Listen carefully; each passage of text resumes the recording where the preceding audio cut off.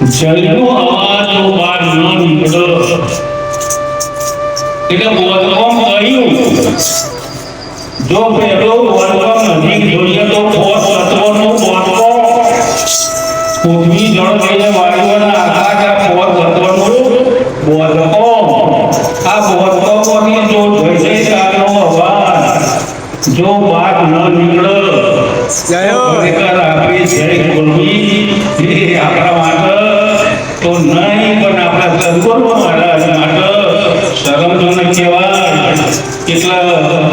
આજનો જે માહોલ, આજનો જે પ્રસંગ,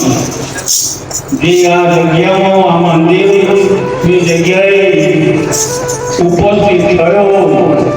કરવામાં આવ્યો, લાઈનમાં આ સમય આવ્યો અને આ સમયનો ટકાઈ રાખવા માટે જે ઉપદેશી સત્સંગી શિષ્ય ગણે ઘણી બધી મહેનત, વાત, પ્રેમ,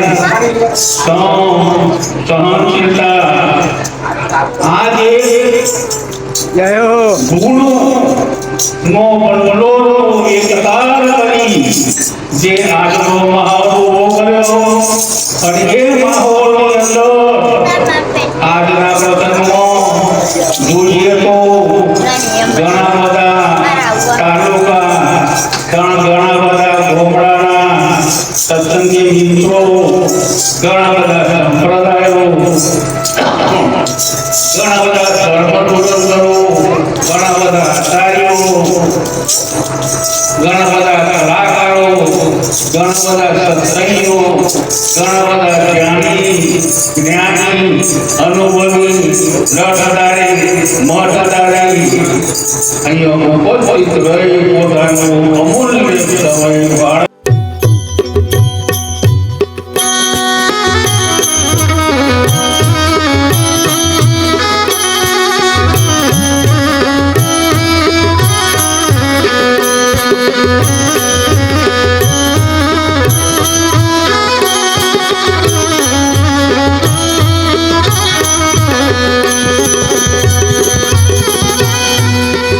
એજી મને ઝીણો ઝીણો નાદ સંભળાય, ગુરુજી મારા આવે છે. એજી મને ઝીણો ઝીણો નાદ સંભળાય, ગુરુજી મારા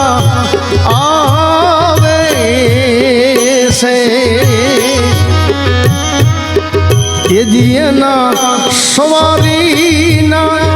સુર સંભળાય,